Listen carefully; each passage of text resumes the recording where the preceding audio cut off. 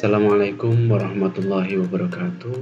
Oke, perkenalkan, saya Kirom, dosen berhome base di program studi D3 Teknik Elektronika Politeknik Harapan Bersama Tegal.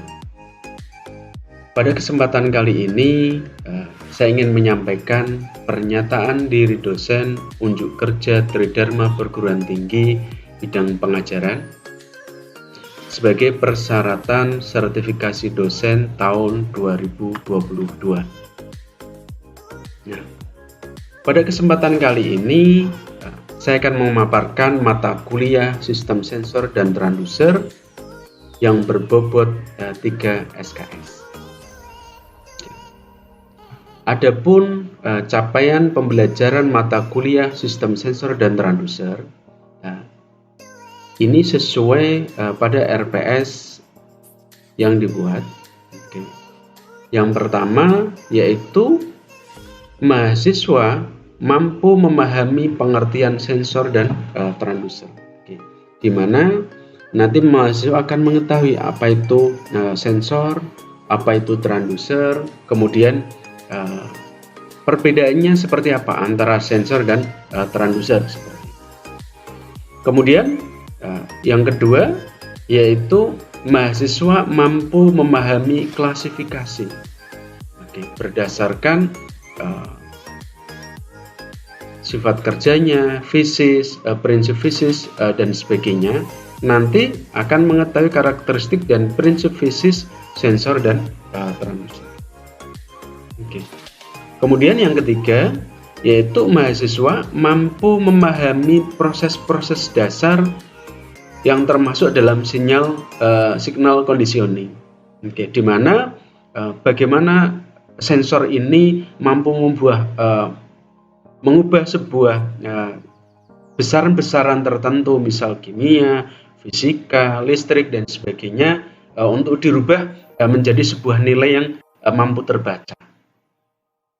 Kemudian yang keempat yaitu mahasiswa mampu memahami cara kerja beragam sensor.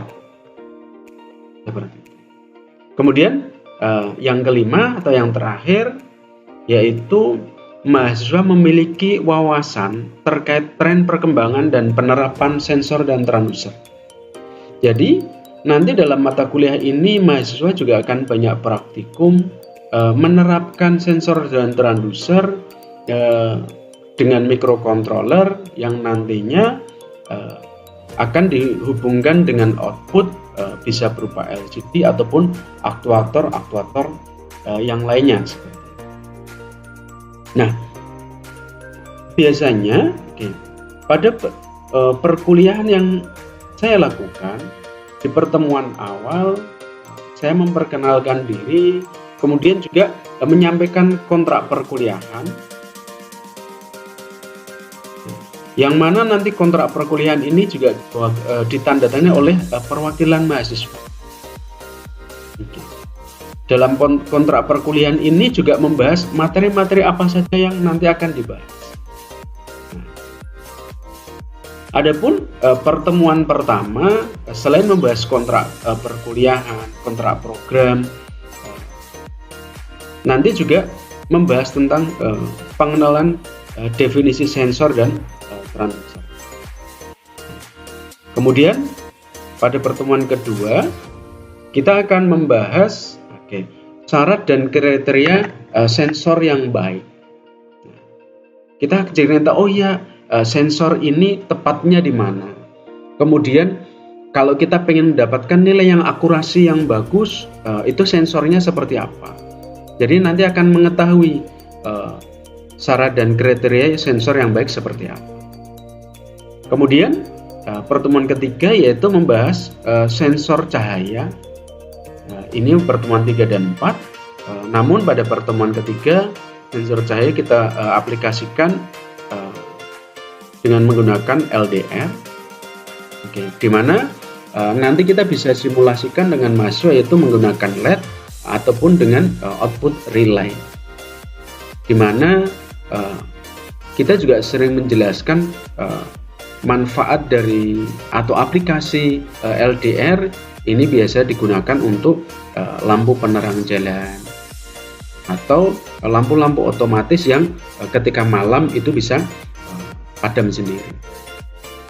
Begitu pula untuk fotodioda. Nah, fotodioda ini juga kadang kita sampaikan kepada mahasiswa, aplikasinya bisa kita terapkan pada aplikasi robot land follower seperti itu. Walaupun menggunakan LDR juga bisa. Kemudian pertemuan kelima kita bahas tentang sensor suhu. Nah, di mana kita bisa menggunakan LM35 dan DS18B20. Di mana nanti akan kita simulasikan seperti layaknya sebuah termometer digital, yang mana nanti di-outputkan pada sebuah LCD. Kemudian pertemuan ke-6 membahas sensor suhu dengan menggunakan DHT22, di mana selain mengukur suhu, DHT ini juga bisa mengukur kelembapan udara. Pertemuan ke-7 yaitu membahas tentang sensor PIR, di mana sensor PIR ini nanti kita bisa gunakan untuk mendeteksi adanya sebuah pergerakan, termasuk kita menjelaskan aplikasinya pada pintu-pintu mall ataupun hotel yang dia bisa bergerak membuka dan menutup sendiri. Ini adalah aplikasi menggunakan sensor. Nah, selesai pertemuan pertama sampai pertemuan ke-7, pertemuan ke-8 kita lakukan evaluasi dengan adanya UTS. Nah, biasanya UTS ini kita lakukan dengan praktikum, membahas dari praktikum yang sudah ada, yaitu sensor cahaya, sensor suhu, dan sensor PIR, dengan mengubah kasus-kasus yang ada. Selesai UTS, kita pada pertemuan 9 yaitu membahas tentang sensor gas. Sensor gas ini cukup banyak jenisnya, ada butana, metana, propana, dan seterusnya. Dengan sensor-sensor ada MD2, 3, 4, 5, 6, 7, 135, dan seterusnya. Oke, namun kita ambil sampling saja pada sensor MD2, di mana kita sering menjelaskan manfaat dari sensor gas ini untuk mendeteksi adanya sebuah kebocoran tabung LPG. Kemudian pertemuan ke-10 yaitu membahas tentang sensor ultrasonik, di mana pada praktikumnya mahasiswa diminta untuk membuat aplikasi pengukur tinggi badan. Namun dalam penggunaan industri ini biasanya kita gunakan untuk mengukur ketinggian tandon atau bak air ataupun cairan-cairan yang ada di industri.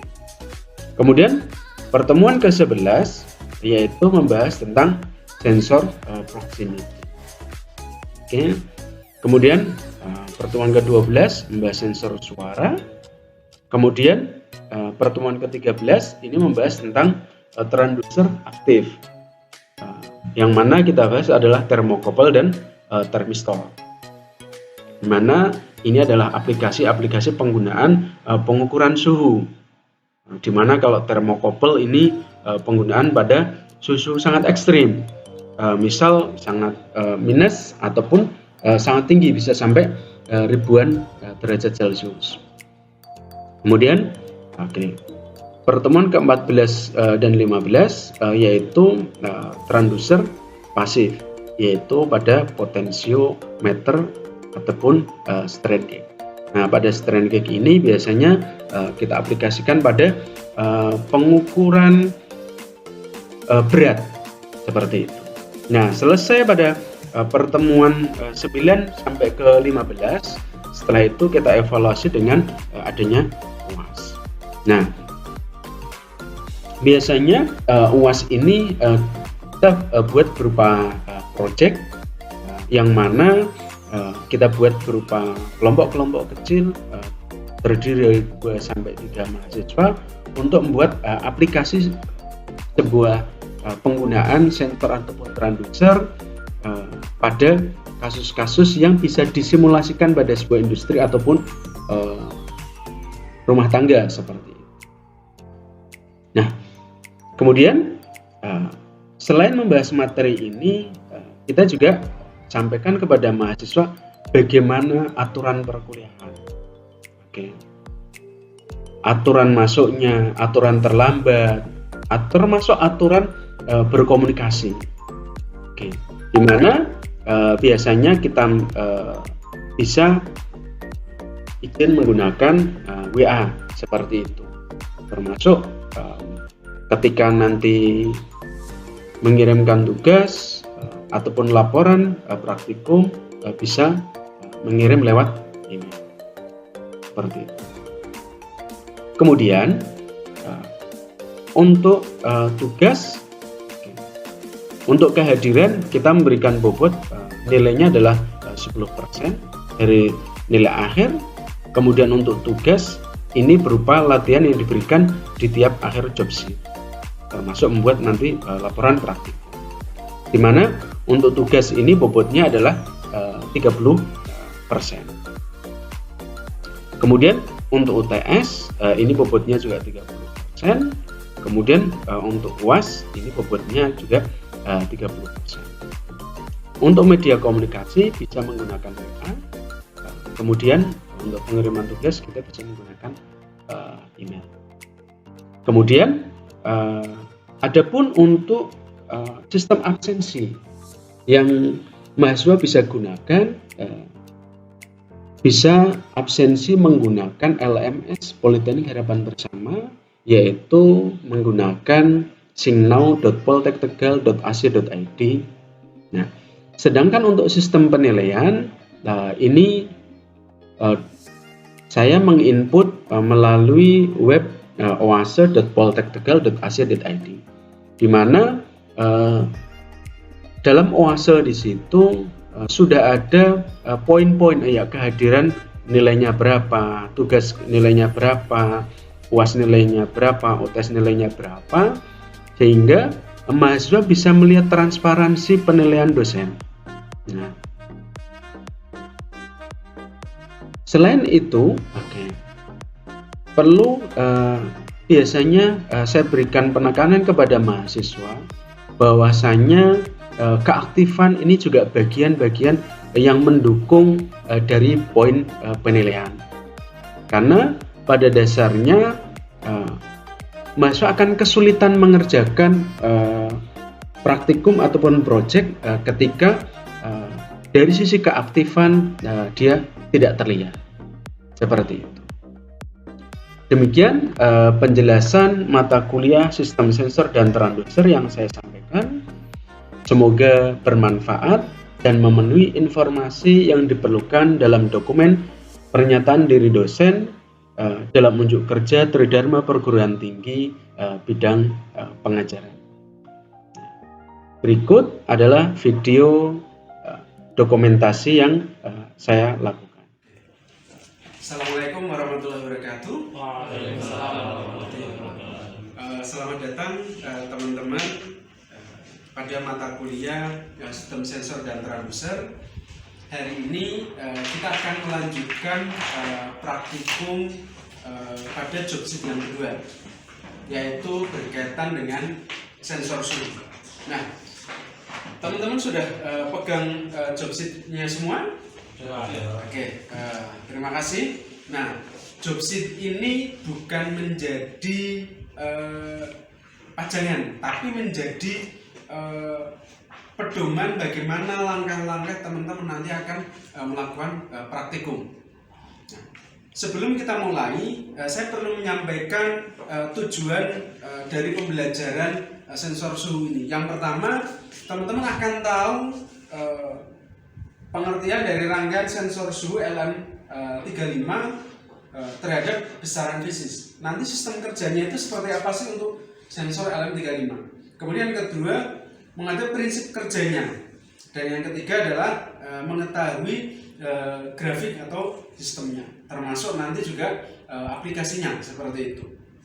Nah, sensor suhu, oke, teman-teman pernah lihat termometer digital? Nah, oke. Yang nempel di ketiak atau di tempat pengukur suhu tubuh kita itu pakainya adalah sensor suhu. Tahu sensornya apa yang dipakai? nggak tahu. Oke. Nah, kalau itu biasanya menggunakannya adalah thermistor, di mana dia bukan berupa sensor tapi berupa transducer. Seperti itu. Nah, pada hari ini kita akan membahas tentang LM35. LM35 ini adalah sensor suhu dengan jenis adalah sensor analog, di mana sistemnya nanti ketika ada perubahan nilai tegangan yang dibaca, dia akan merubah nilai suhunya seperti itu. Makanya nanti teman-teman kita minta untuk melakukan pengukuran tegangan pada sensornya seperti itu, di mana umumnya setiap terjadi perubahan 10 mV itu akan mengakibatkan perubahan nilai suhu 1 derajat. Seperti itu. Kemudian untuk LM35 ini hanya membaca range-nya tidak sampai di atas ratusan derajat. Hanya mentoknya ada di 150. Namun itu pun kadang kita jarang temui. Seperti itu. Nah, jadi LM35 pinnya adalah di sini ada pin 1, 2, dan 3, yaitu untuk V-in. Kemudian ini pin analognya, ini adalah groundnya. Nah, perhatikan teman-teman, jangan sampai salah memasang pin, karena itu akan berakibat pada kerusakan sensor. Nah, sebelum nanti teman-teman melakukan pengukuran, saya akan cek dulu apakah rangkaiannya sudah sesuai atau belum. Nah, pada praktek hari ini kita akan mempraktekkan dengan komponen-komponen yaitu sensor LM35, Arduino, project board, kabel jumper, resistor, laptop juga dengan LCD I2C. Nah, sebagai bentuk simulasi adanya nanti termometer digital, yaitu untuk pembacaan suhu seperti itu. Nah, sebelum dimulai merangkai-rangkaiannya, apakah teman-teman ada yang pengen ditanyakan? Bisa dipahami? Oke, kalau bisa dipahami, oke, teman-teman bisa mengambil peralatan yang sudah disiapkan di sebelah sana, dan jangan lupa untuk mengisi form peminjaman alat. Oke, silahkan perwakilan bisa. Kemudian SDA dipasangkan dengan pin analog 4. Kemudian SCL-nya dihubungkan dengan pin analog 5.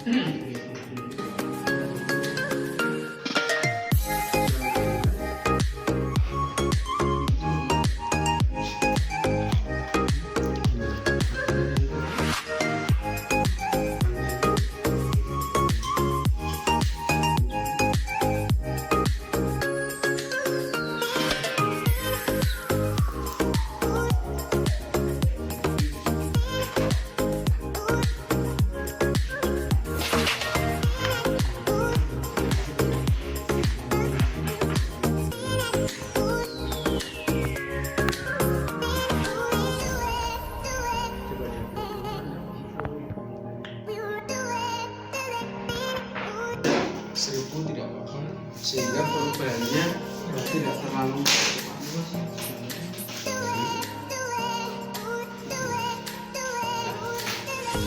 secara pembacaan. Ada sensor analog yang pembacanya kadang tidak sesuai. Ini buat pelajaran kita, bagaimana menentukan sebuah sensor yang baik. Nah, setelah sensornya kita dapat baik pun, kita harus perlu kalibrasi. Caranya bagaimana melakukan kalibrasi? Oke, teman-teman bisa membandingkan dengan yang sudah secara nilai lebih valid. Oke, misal contoh teman-teman punya termometer yang sudah dipakai. Kemudian ini sensor LM35 kalian.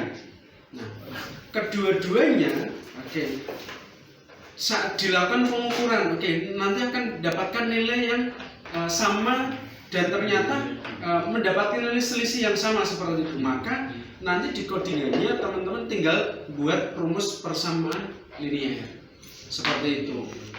Itu sebagai gambaran.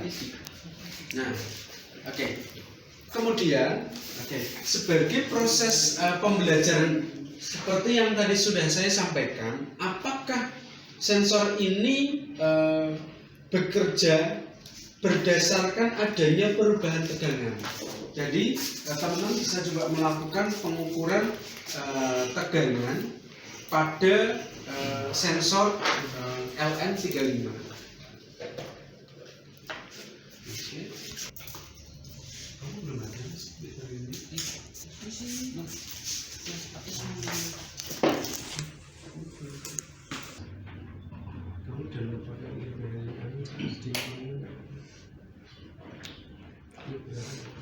Jangan di sini.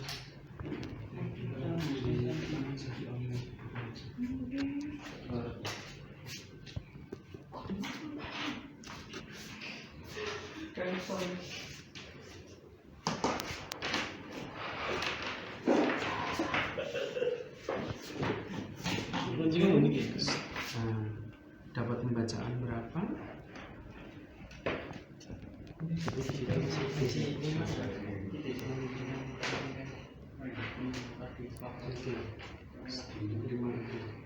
Kalau di situ terjadi salah itu suhunya. Sekarang kita bisa coba kalau misal dikasih bacaan Jadi jatuh.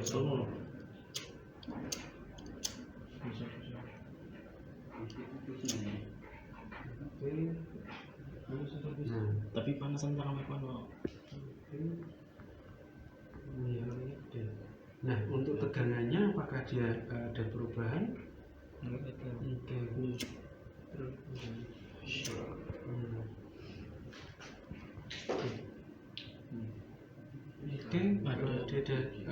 penurunan. Sudah cukup.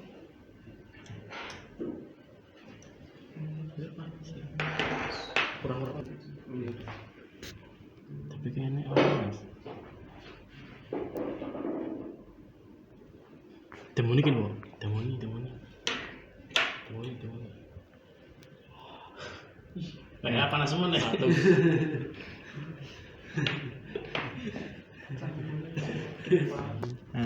Korek.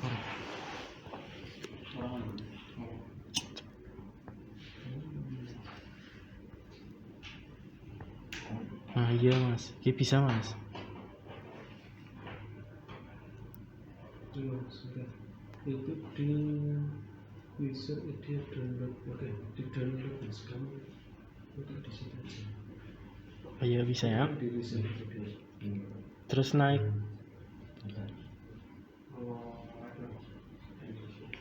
Ya bisa.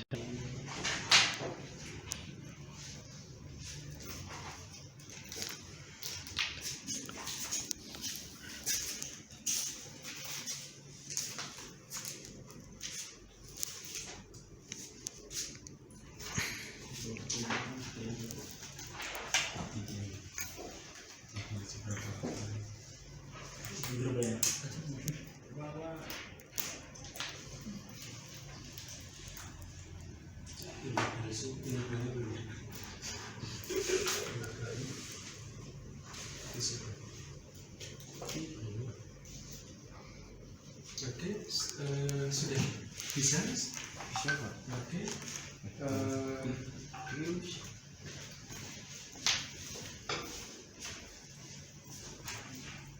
Baca nilainya. Nah, sekarang coba dilakukan pengukuran tegangan.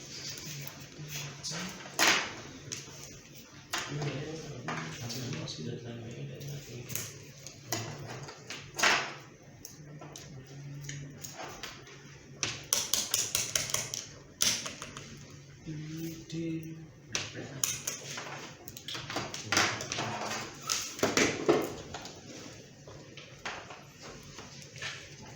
Oke, pakai lagi di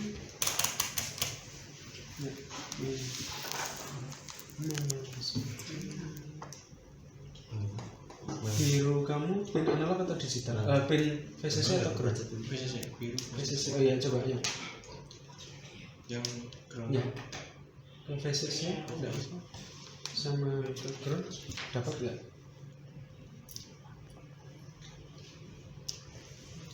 Terus kapan LCD ini enggak? Berarti kan ya. Mencari alamat itu sih.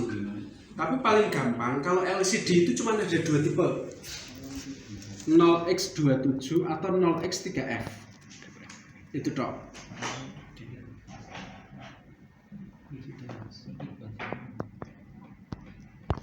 Praktikum pada hari ini, oke, teman-teman melihat di situ ada yang bisa kita simpulkan. Yang pertama, oke, ketika ada perubahan nilai tegangan, oke, maka di situ akan ada perubahan nilai suhu. Nah, seperti tadi kelompoknya Mas Akmal, ketika suhunya terbaca tinggi di LCD, oke, dicek bahwasanya sensornya dia panas. Berarti antara suhu dan tegangan dia sejajar, seperti itu. Nah, kemudian, untuk mendapatkan nilai tugas, teman-teman nanti bisa membuat laporan dari hasil pengamatan yang tadi teman-teman sudah lakukan.